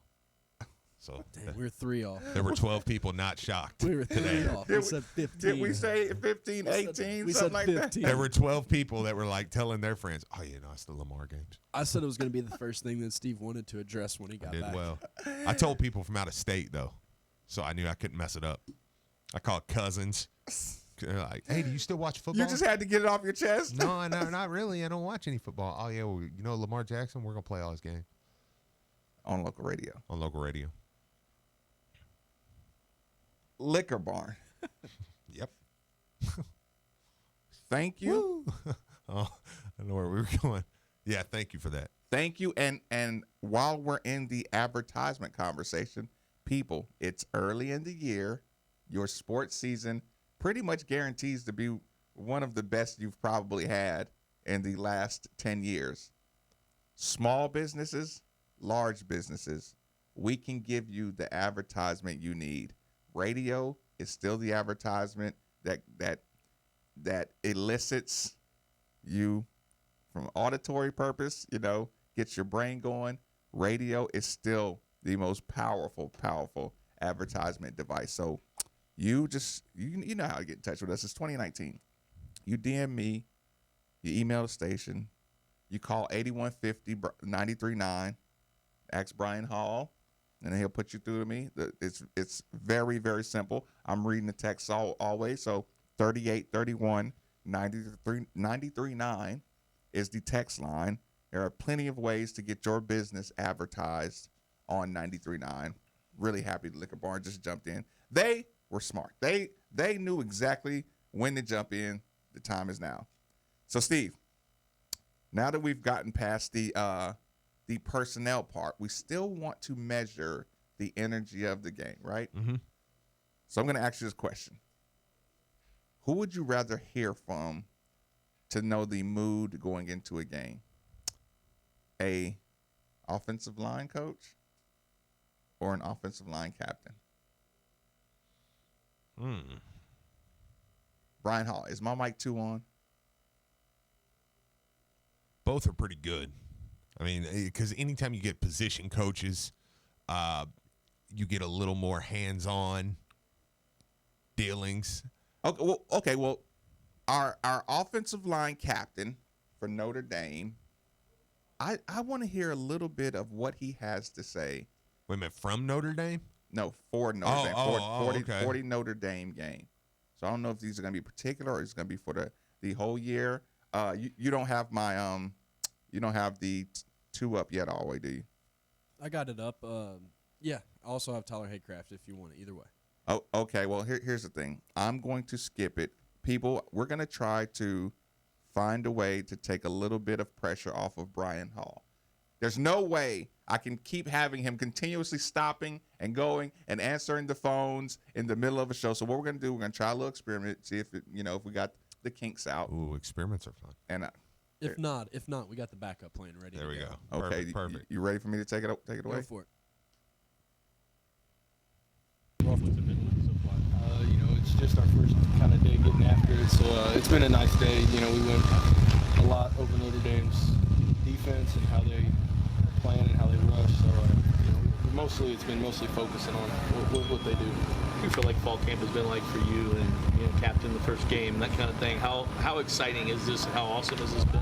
Oh, it's really exciting. I mean, it's a true honor to be named captain and have a chance to really show what I can do. And this is the first time walking out on the field knowing that I can play. So I'm super excited and ready to see what it holds for Monday night. A couple weeks ago, we talked about this, you getting your first start. How nice is that? I mean, did you ever think you might be as a captain too? No, I never thought that. I always tried to come in and focus on each day at a time. What can I do to get better? And that's kind of how I took this fall camp. I wanted to do everything I could to get better. I want to scoot back. Were you a Louisville fan when they played Notre Dame a few years ago? Were you following that game? I don't actually remember. Yeah, well, I would say I was a fan. I definitely watched it on that. I think it was a Saturday night, wasn't it? Yeah, I remember watching that on a Saturday night. But during that time, I never thought I really could come and play for Louisville. So, but it was nice to watch them win. Because you didn't think you were good enough, or you just didn't give it? It was a little bit of the experimental. The wind is a little bit loud in the background. He stopped it right where you said, because you don't think you're good enough. Yeah. Boom. Did I block out that part? Yeah, that was the last sentence. I didn't do that on purpose, people. Do you think he ever thought he was going to be good enough to play a Louisville? I mean, I don't know. He was kind of a guy that's it's kind of been a surprise name, this year in practice. What? Guys who are like crazy work ethic guys, they know they can get there. Sure. They know they can get there. It just let's see. Okay, we're gonna go with a little let first. See, like I said, I think his answers were mostly young, excited young man. Nothing groundbreaking. Okay. For over to a game week, how was the first day, I guess, today? And you have to see a different energy level, right? It is. There's a lot of excitement.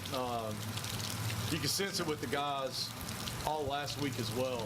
And getting them out on the field today, knowing this is game week, there's definitely excitement with the guys. There's an eagerness, wanting to learn the scheme we're going up against. And so it's funny. This is our first time kind of going through a game prep with them. Going through a defense, what we're asking them to do against this defense. And so it's fun. It's a learning experience for all of us. We had our mock game yesterday and went really well. But, just talking about how we're going to take the sideline, just little things you take for granted, but being year one and just making sure everybody's on the same page with it. At this point, you all coaches get anxious to get the game. It's been a long time and a lot of talking. You're anxious to get out there and see what you have, aren't you? Yeah, you are. You're very excited about, just getting out there and going up against an opponent. Seeing the guys compete. That's one thing we've always, that we've talked about from day one. That's why Coach Satterfield is, every year that I've been with them, it's always about the effort that a kid can give, the effort that us coaches can give. And, it's seeing that on a Saturday night, on a Monday night for this first game, just seeing those guys go out there and play with that passion that we're trying to bring out of them, and that they're doing a great job with. You talk about the details that you guys talked about in that mock game. How important is that to know which sideline, how many people come on the field? It's huge. We talk about our pregame adjustments that we'll make, where we'll meet with them inside, and so you got to kind of have a dry run through it so guys know where to be, what to expect. You don't want it to be any surprises on game day when you want those guys to have free minds and just where they can go out and play. And so trying to go over everything, explain everything to them, like, this is where we go, this is where you will sit, this is where we'll stand, because you can't take it for granted. And just, when we go into the locker room, this is what you expect. We'll be here, we'll come back up here, make adjustments, now we'll come back up. And so just all those little things, making sure that everybody's on the same page. Dwayne, I think Coach said you'll be down with him on the field. Oh, absolutely. How important is positioning in that and having somebody upstairs that you can count on? We got a great coaching staff.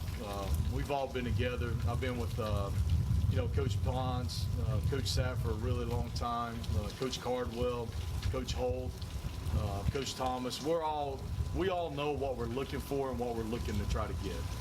And so for me, I love being on the sidelines with the guys. I want to feel the energy of the offensive line. I want to see how they're playing. I do like one that. of the first things I'll do is just stand on the line of scrimmage and try to make sure we're coming off the ball. Just that one simple thing, but just making sure that I see us trying to come off the ball, playing on the other side of the ball. And, so that's something I always want to try to do, and seeing it from their perspective on the field with what they're seeing defensively. Have you ever been in the booth in the past, and if so, did you miss being on the field with your guys? When I was a graduate assistant, I was in the booth, and it's pretty fun up there. You see everything. But I like the energy that you get on the field. I like to be able to see the players. It's a lot of times, sometimes, we ask these guys to do a lot. And sometimes you need to sit down and kind of talk to them and show them, just get them to relax, calm down, because, these are still college kids, and so their emotions can get to them. And so that's another part of it. Satterfield had said yesterday that obviously there's times where Juwan looks really, really great. Yes. Sometimes his footwork is off. When he's playing well, you guys, what does he add to this offense? He's got all the tools, and when he's clicking, everything's clicking. And there's been so much growth. What Coach Ponce has done with Puma, and just seeing his growth from. I remember our first spring practice of just somebody that really didn't say much and didn't, just kind of have that demeanor, that kind of swagger to him about being a quarterback to go out and lead an offense. So now you totally see that with the guys. And so just seeing that growth with him has been phenomenal. Seeing him going out there and having fun, talking to the offensive line, talking to the backs, the relationship he has with the receivers, his growth. How much did that hurt him last year?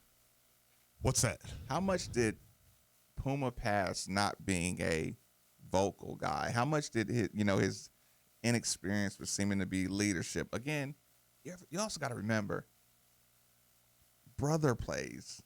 Didn't have to, hadn't really had to be the guy. You know what I'm saying? It's almost like you always had some natural backup when your brother's a hitter. Yeah, I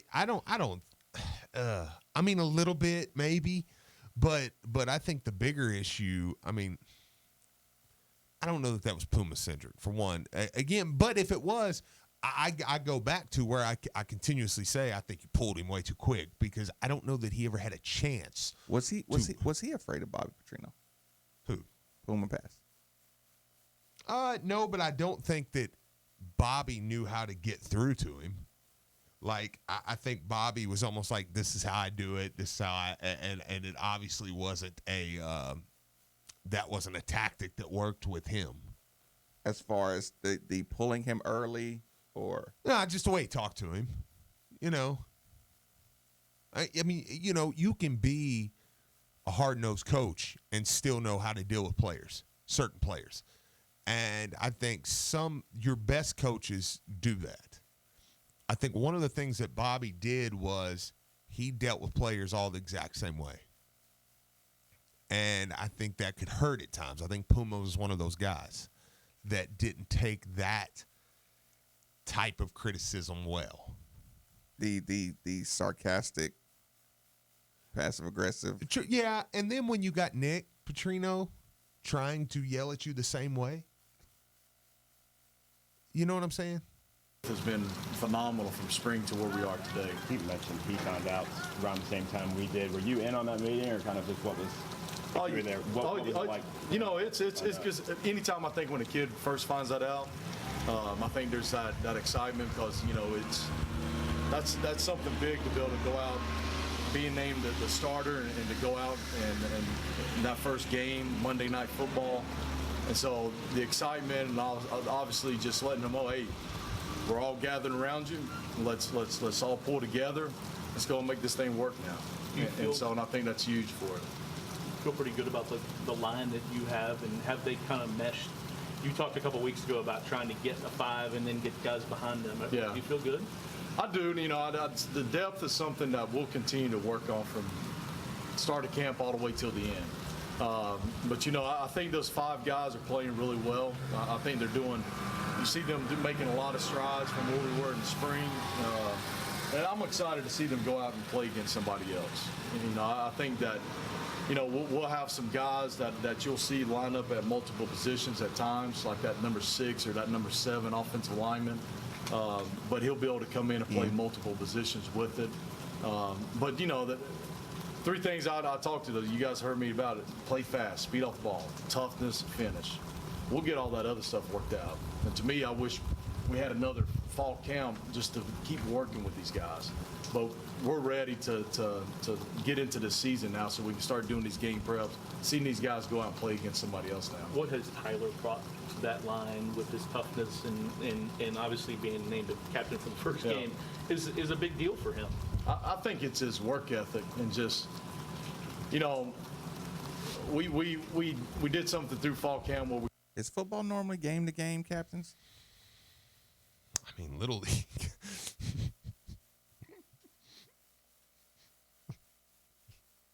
You haven't seen that in college? I mean, I haven't. I'm not saying I hate it. And maybe with building this culture, maybe it is good that every week is rewarded. With. I mean, Matt kind of does it. I mean, you got captains, but you give away the jersey, for the hardest worker. I mean, so I don't mind it. No, I don't mind it at all. But one thing he said too before we get back into this, I am a big fan of coordinators being on the field. I like my coordinators on the field.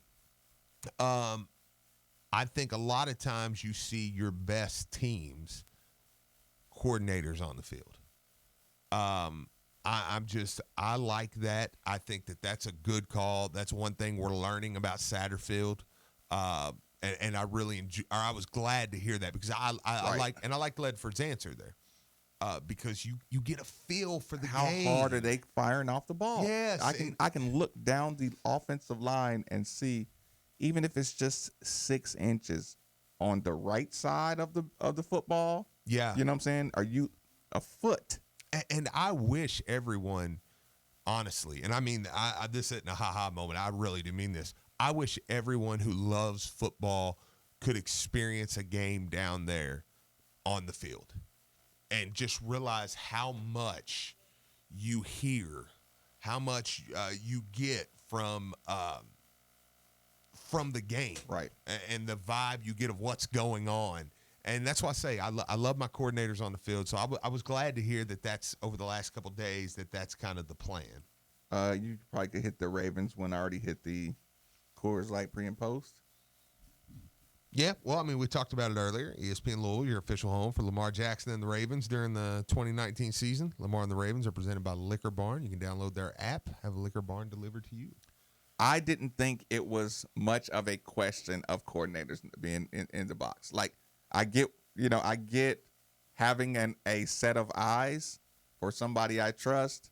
But, yeah, to me, the box is like. Well, coordinators go in the box, though. Oh, I know. Yeah. But, yeah, I'm just saying, in my world, you should be able to see down on the field facial expressions, limping, who to attack. Sure. Who's not engaged, But the box is a good view and stuff. Oh, it's a much better view. It's still just different, man. It's different. If I can grab you and we can have a conversation as opposed to talking to you from the box. I like the idea of watching the game in person and then being able to go back and the video has the box angle. Sure. The all 22. So you've seen the game from two perspectives. To me, if you call it from the booth, you only see it from all 22, like you're missing, the details up close. Well, now you are getting, I know they have mentioned like Court Dennison will be in the box. Mm-hmm. I haven't heard, or maybe I have heard and it just slipped my mind. I don't know about Frank Ponce. Maybe you put him in the box too, being the co-coordinator. I don't know how that's going to work, or with him being quarterbacks though. I could see him probably staying on the field as well. But, yeah, you have a ton of eyes on that, and that's just kind of the route I would rather go with it, and I'm glad to hear that they are. I think we've kind of bow tied that. Here's the thing. I was going to do this in the first hour. I was going to do this yesterday. Brian Hall has had it prepared for 2 days now. I never got a chance to hear the interview of Mark and Coach. Perfect. Do we have that, Brian? Because I like I said, I'd be hugely disappointed if I let another day go by. And so don't get in my DMs, don't get in my inbox and say, you said you were gonna. Yeah, I am. Look at Dak Prescott. Hold him hostage, Dak. Please. 41. Hold out for your 41. Broski. Good to go. Fire away. Joining us now, he is the men's basketball coach at the University of Louisville. He is Chris Mack, and he joins us here on The Drive. Chris, thanks for making time for us, man. How's it going?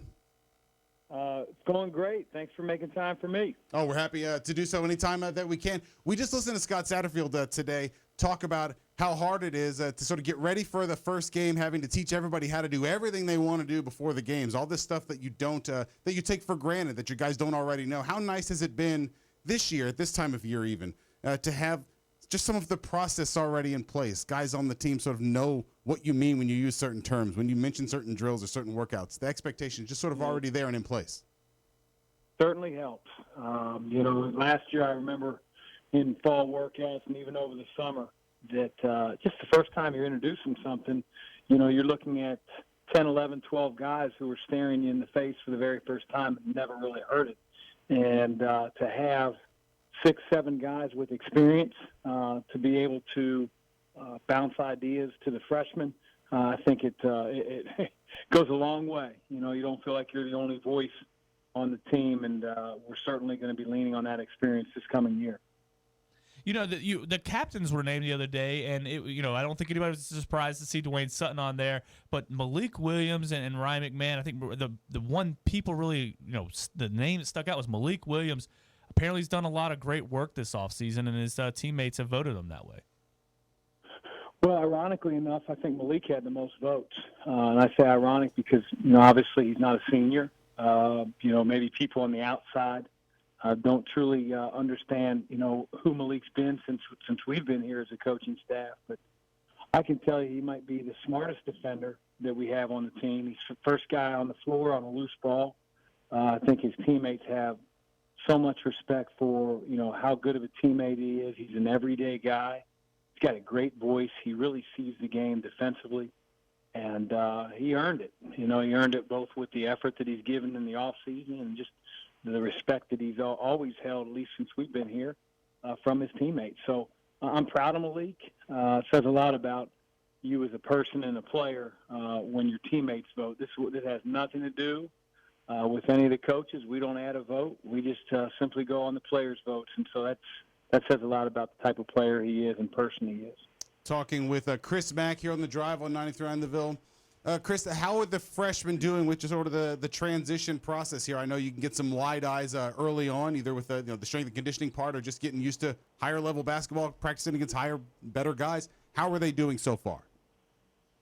They're doing a great job. Obviously disappointed that we've lost David for a little bit of time, and how long that is, we don't quite know. It's a wide-ranging time frame in terms of guys coming back from a torn labrum, but he's doing great. I think the other 5 guys really did a great job this summer. College basketball is hard for freshmen. I think so much gets made of maybe the elite freshmen that maybe go on to be one and done and have such an impact, but the majority of freshmen, it's an uphill climb. It's much different than it was in high school. They're not as strong.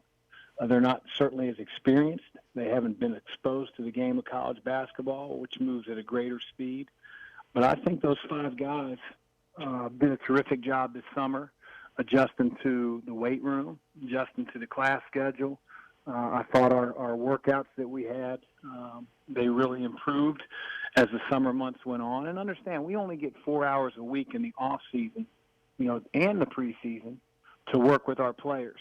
So, it's not like you're out there every single day with our guys, working on skills or team concepts. So we're going to learn even more about them when we start official practice in late September.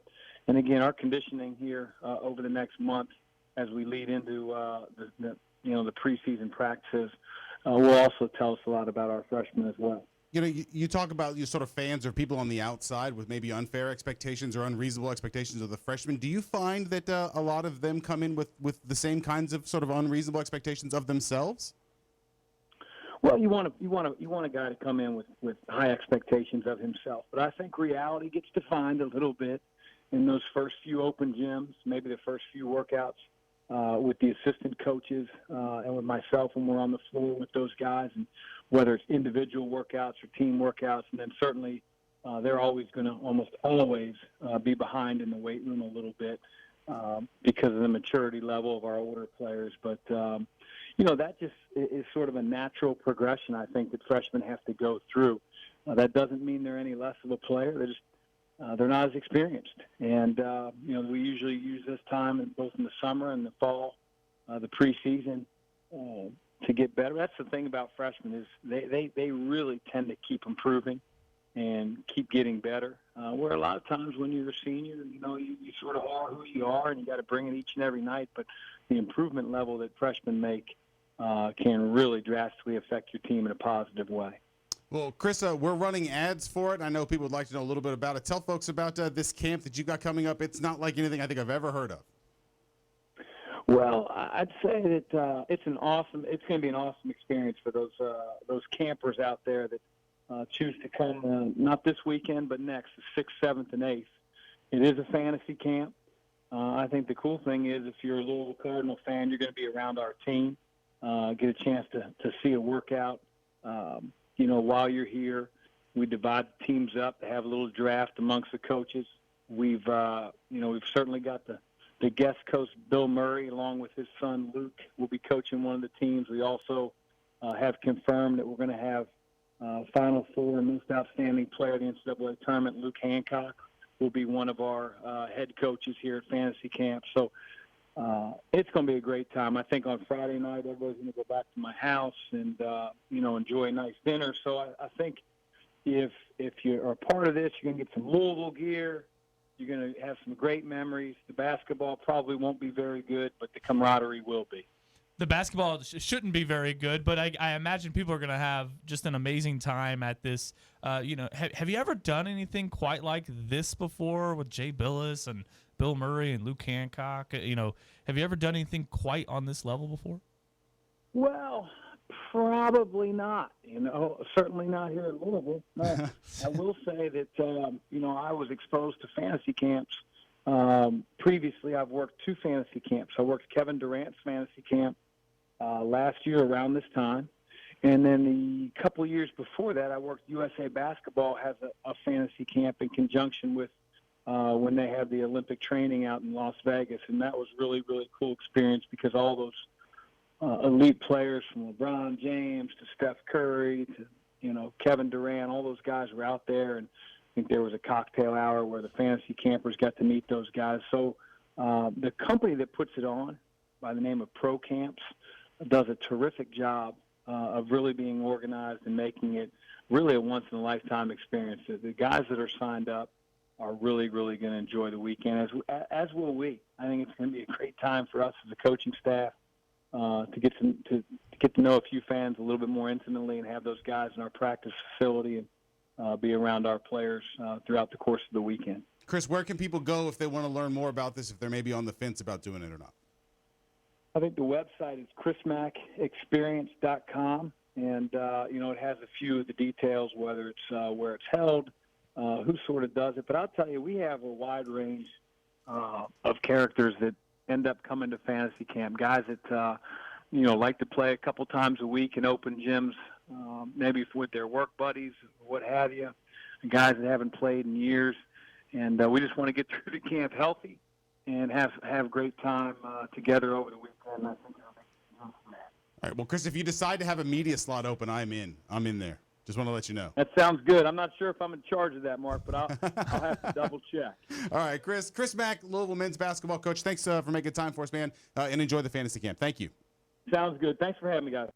Fantasy camp getting a little closer. Hadn't heard my man Rummage. By the way, why didn't you put your microphone cover on?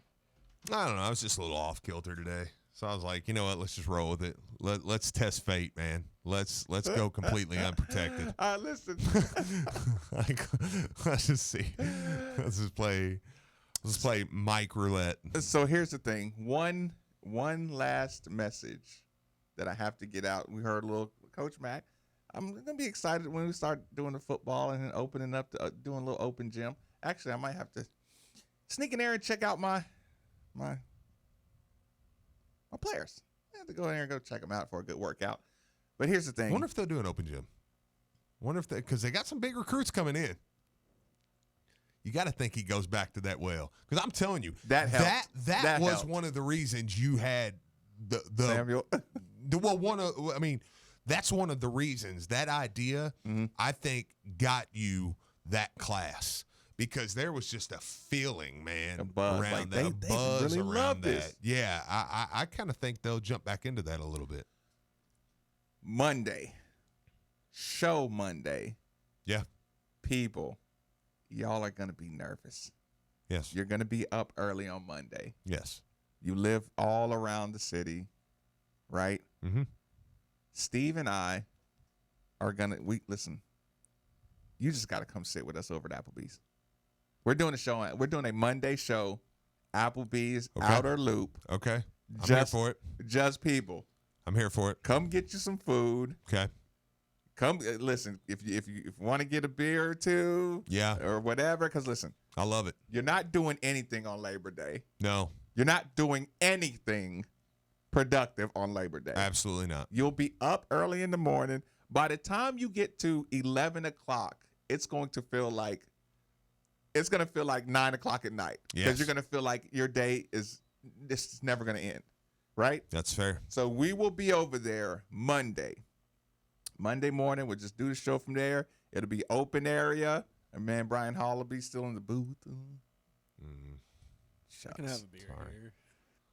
Can you? No, not really. Right, but like I said, do whatever. If you want to do the prep, the show or the Labor Day prep, the Labor Day warm up, come over there and sit with us. Because like I said, we'll be going into a lot of commercial breaks. Brian will be in here lonely, and we'll be talking to everybody. It'll be a Might come out total. there after the show. I was gonna say you should. It might for be an hour or so. A morning kind of warm up pep rally before you get your real juices flowing. What's the start time for the game? 8. My God. Y'all better come hang out with us in the morning.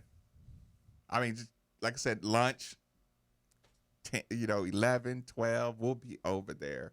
Like I said, everybody knows exactly where the Outer Loop Applebee's is. And it's so underrated. Mm-hmm.